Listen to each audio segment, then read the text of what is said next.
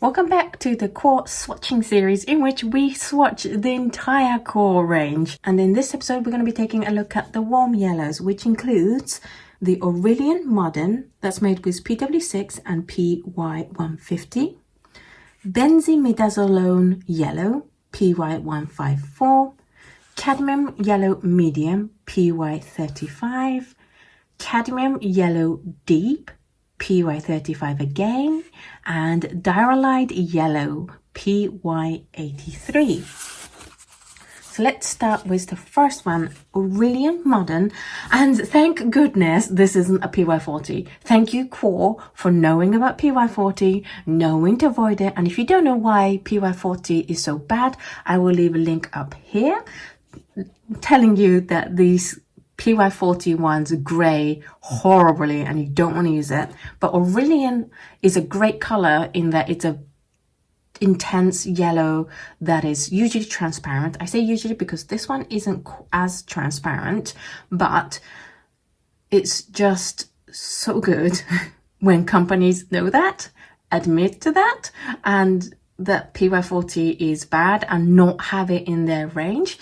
And this is what QoR has done. They have the Aureolin Modern instead of Aureolin, and theirs is made with PW6 and PY150, which is the titanium dioxide with the nickel azure yellow. Not quite sure why they put the PW6 in there. It normally with the modern versions of Aureolin they don't. But I think that's a really interesting choice, and when you see the mixes, I can really understand why they did that, because it creates definitely a unique look to the colors that you mix with, whereas that you don't get with other Aureolin alternatives. So let's have a look at this color anyway, and it's definitely a darker color than the normal Aureolin Modern Aureolin replacements that I've seen in other brands, but it's still a beautiful color. I would say it's quite similar to the nickel azure yellow when you think of the color, in that you have this darker mass tone and then it fades into a bright yellow. It has a pretty decent gradation. It's not perfect, but you're never going to get like a perfect control anyway, as I said in the last episode with QoR. Just like don't go for QoR if you want control. It's just, you're going to cry. Whereas if you want a wild time like I do, I love the wildness of how QoR just spreads on any wet surface. The transparency is classified as semi-opaque, but I would say it's more like semi-transparent. It's definitely not transparent because you have that titanium dioxide in there, but it is also very non-staining. It came up clean. There's very few colors that I'm very tough on classifying non-staining. That paper better be almost white for me to classify it as non-staining. So if you want a yellow color with QoR that's non-staining, because the other 5 that we've seen so far have been quite staining, semi-staining colors, this is a really good thing. And then you have the glazing. It's pretty okay. You can definitely see some rim happening here, the outline happening here, but because it's yellow, you're not going to notice it as much. But it depends on how strict you are with your glazing. But when we look at the color mixes, I totally get why they put the PW6. You get this bright mixes that are slightly pastel, which is a really unique look in mixing colors with your yellows. You either get really bright colors or you get the pastel-y colors, whereas here you get the mix of both. And this is why I'm not mad that they put PW6 in there, because even if you have a modern Aureolin replacement that isn't a PY40, this might be a color that you might be interested in investing in addition to the Aureolin colors that you already have, just because it's definitely a very unique look. And if you illustrate or paint and you're looking for that kind of bright colors that are slightly pastel-y, then I highly recommend this color.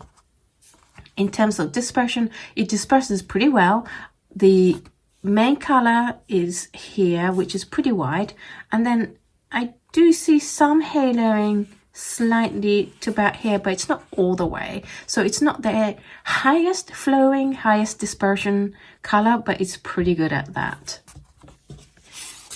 Then we have the Benzimidazolone Yellow.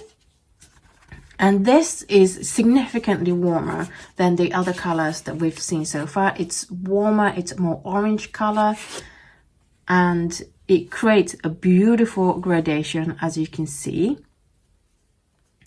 It is classified as semi-transparent, and I would agree with that. Semi-transparent and semi-opaque are really difficult things to kind of classify by eye. So I am going to be maybe classifying some semi-opaques as semi-transparents and vice versa, because I'm just doing this by eye rather than measuring it with any mechanical scientific tools. It is classified as semi-staining, and I would agree with that, and it is very, very good at the glazing. It's really nice. That's a nice glaze. And in terms of color mixes, it's a strong color mix. I would say it's medium-high tinting strength, and you're going to get these really lovely kind of corally color when you mix it with a quinacridone rose. It is made with PY154, which is, of course, the Benzimidazolone Yellow H3G. And in terms of dispersion, you get quite a narrow dispersion here, but I see slight haloing going on here as well. Then we have the Cadmium Yellow Medium. Again, it's a warm yellow, and it's a little bit streaky. I don't know if you can see it. It went a little bit streaky, and I got this stronger color coming down here. So, I mean, it's obvious from the fact that it's QoR. I keep saying this. You're not gonna have full control of your gradation, and if you expect that, then you're with the wrong brand. And I hope you're here because you are excited by these wildness happening on paper. It does suffer from a little bit of color firing here and here and here. So you just got to be a bit more careful with your water level. I do these gradations a little bit more extra with the water. I add a little bit more water than I normally would doing a gradation, just so that if a color is going to cauliflower, I can show you that on the test sheet, so that you know to look out for those cauliflowering and just be more mindful with your water control. In terms of opacity, it is classified as semi-transparent, and I kind of feel like it's a semi-opaque, but it's not a transparent and it's not completely opaque color. It's somewhere in the middle. It's classified as staining, and I would agree with that. I didn't get much off that paper. It's a very good glazer, nice glazing happening there.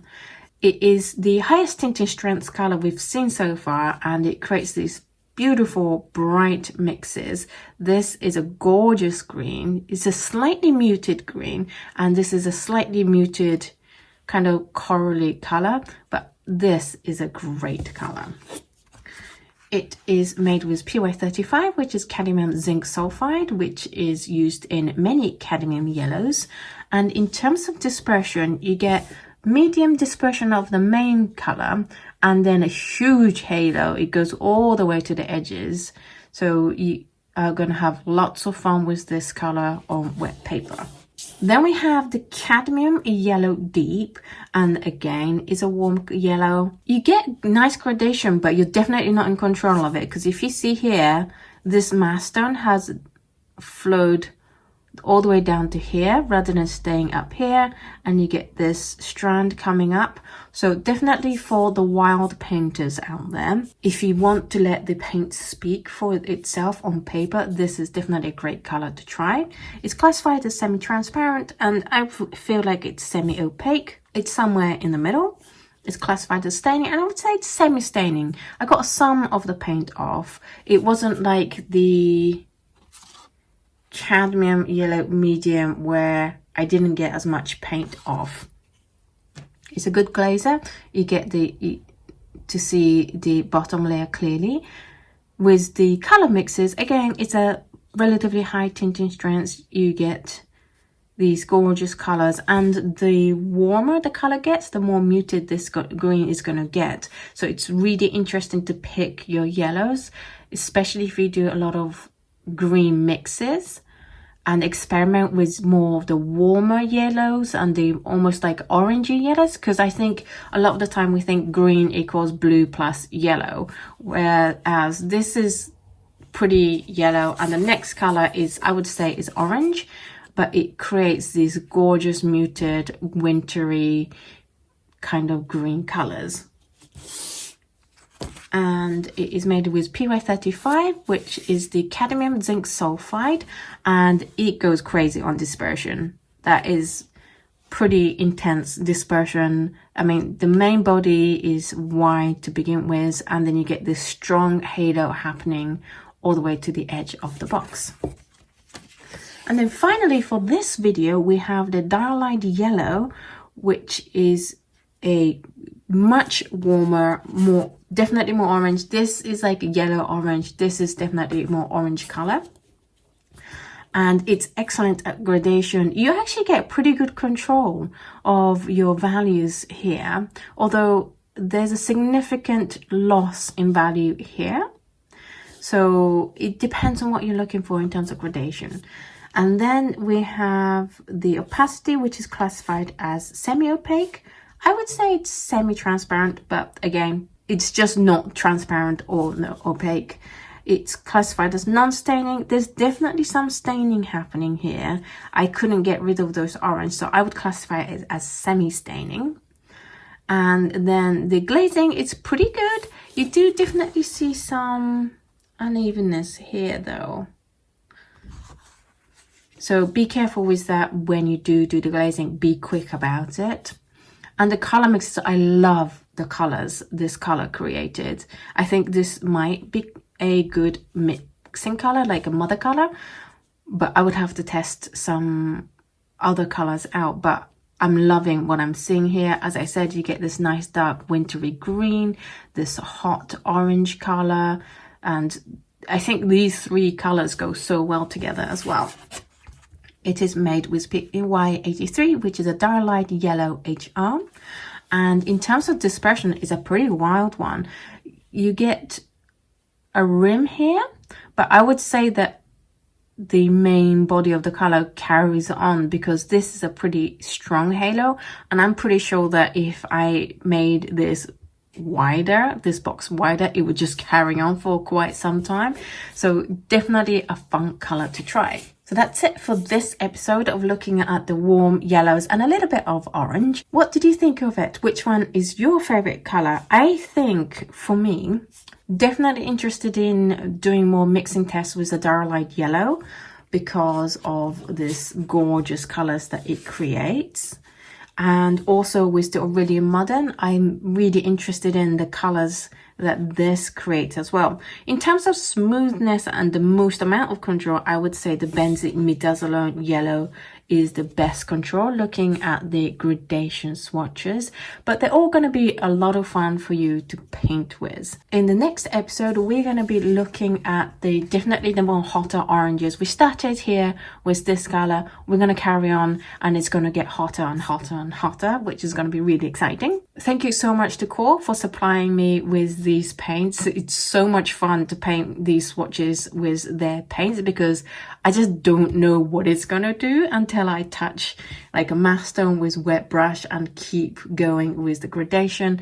You're definitely collaborating with the paint when you paint with QoR paints rather than you forcing it to do something. Thank you so much for watching this video. If you enjoyed it, then do let me know by pressing the like button. I have left links down below for where you can buy all these colors in Jackson's, Blick and Amazon US. So please do use those links if this video has convinced you to try these colors. It's a great way to financially support this channel without it costing you a penny. Basically, Amazon or Blick or Jackson, they pay me a commission, but it doesn't change how much you get charged for those colors. It's the company that takes the hit, not you. So it's a great way to make those companies pay for this channel. Thank you so much for watching this video, and I will speak to you in the next video. Bye.